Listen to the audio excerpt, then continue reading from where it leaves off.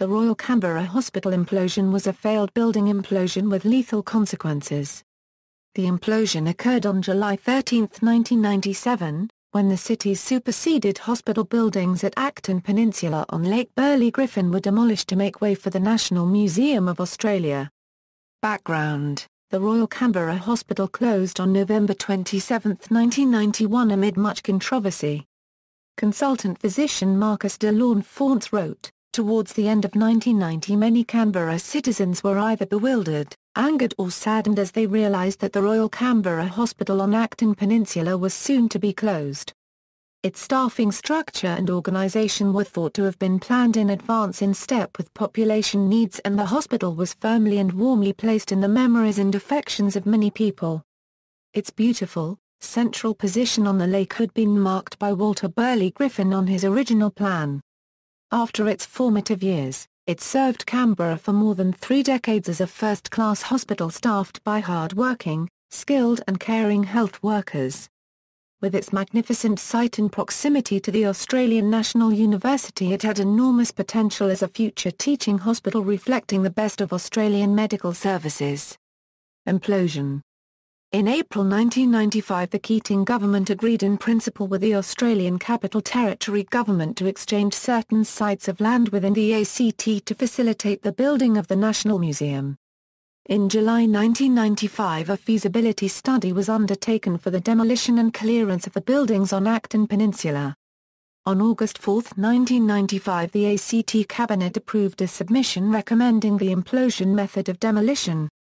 On Friday 13 December 1996 the Prime Minister, John Howard, announced the design work on Acton Peninsula for the National Museum would begin immediately. The next day, a fence was erected around the site. The demolition had been planned for some time, and the ACT government decided to turn the building implosion into a spectator event. Over 100,000 people, one of the largest crowds in Canberra's history, came out to bid farewell to the birthplace of many Canberra residents. However, the implosion of the Royal Canberra Hospital was a terrible failure. The main building did not fully disintegrate and had to be later manually demolished. But far worse, the explosion was not contained on the site and large pieces of debris were projected towards spectators situated 500 meters away on the opposite side of the lake, in a location that nobody considered unsafe or inappropriate.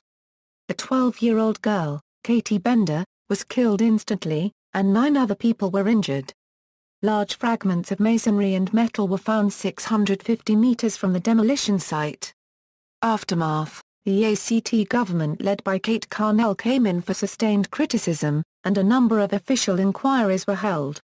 Many people complained the event should never have been made a public spectacle, as this was inviting disaster. Other people felt that this was unfair, as implosions around the world generally excited local interest and had had an enviable safety record. Further, the near-record Canberra crowd had legitimised the event by their very presence. ACT WorkCover is the authority responsible for administering, implementing and enforcing legislation in the Australian Capital Territory covering occupational health and safety, workers' compensation, dangerous substances and labour regulation. The coroner found that the authority did not follow established safety processes. It failed to ensure that the explosive work plan required by the ACT Demolition Code of Practice was met.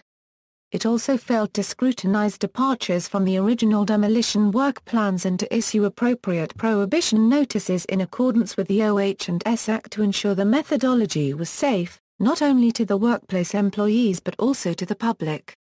Since the hospital demolition, the ACT government has carried out 2 bridge implosions in secret, as part of the Gungahlin Drive extension project.